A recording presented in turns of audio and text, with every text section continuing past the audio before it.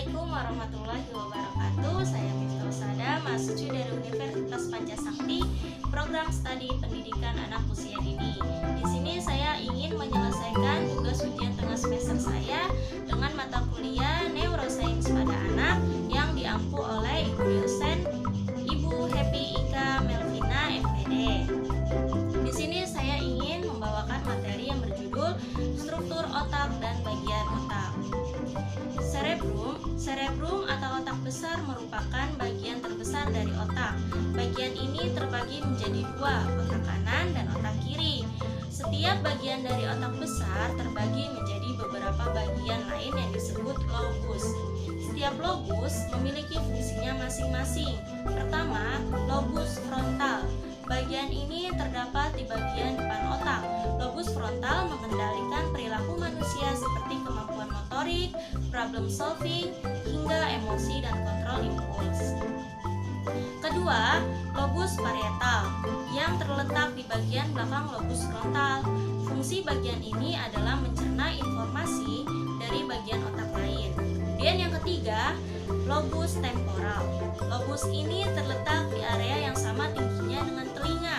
Bagian ini berfungsi untuk mengingat bentuk, bahasa, dan memahami emosi dan interaksi orang lain.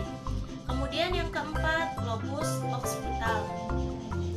Lobus ini terletak di bagian belakang otak. Fungsi bagian ini adalah mengendalikan penglihatan. Kemudian cerebellum.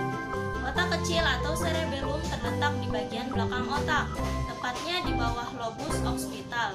Fungsi otak kecil untuk menggerakkan motorik halus manusia.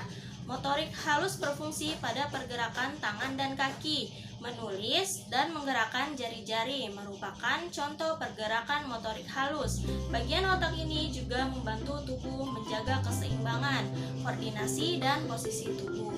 Kemudian talamus. Bagian otak ini memiliki fungsi seperti penyalur sinyal pada otak. Talamus juga berfungsi mengendalikan kesadaran, tidur, dan ingatan. Kemudian hipotalamus. Hipotalamus berfungsi untuk mengendalikan keseimbangan pada tubuh.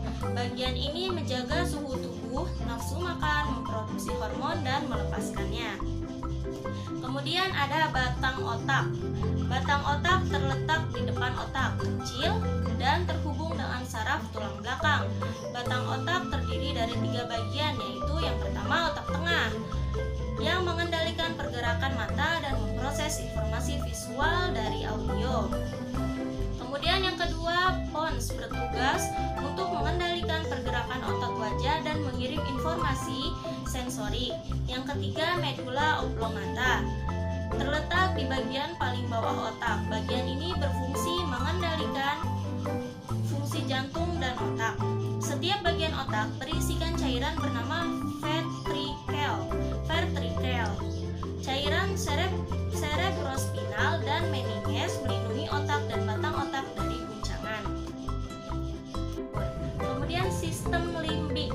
Sebenarnya hingga saat ini belum ada pengelompokan resmi seputar bagian-bagian dari sistem limbik di otak.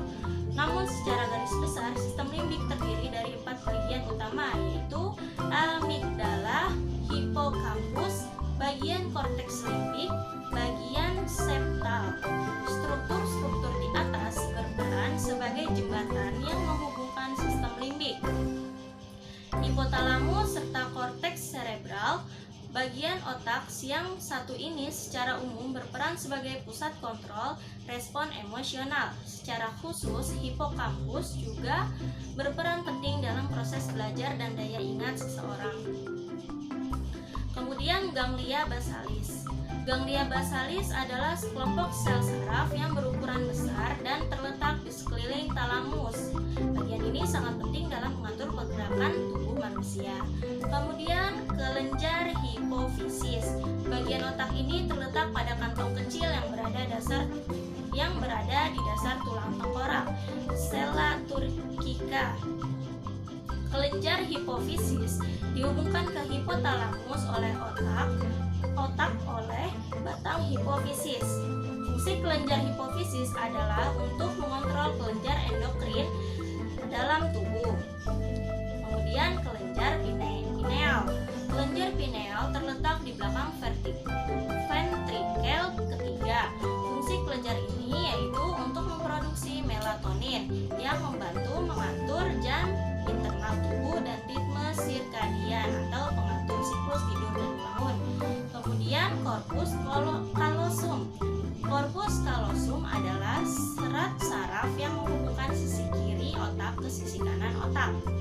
Bagian ini menjadi jalur penghubung terbesar di otak yang terdiri dari lebih dari 200 juta serabut saraf. Sekian presentasi yang bisa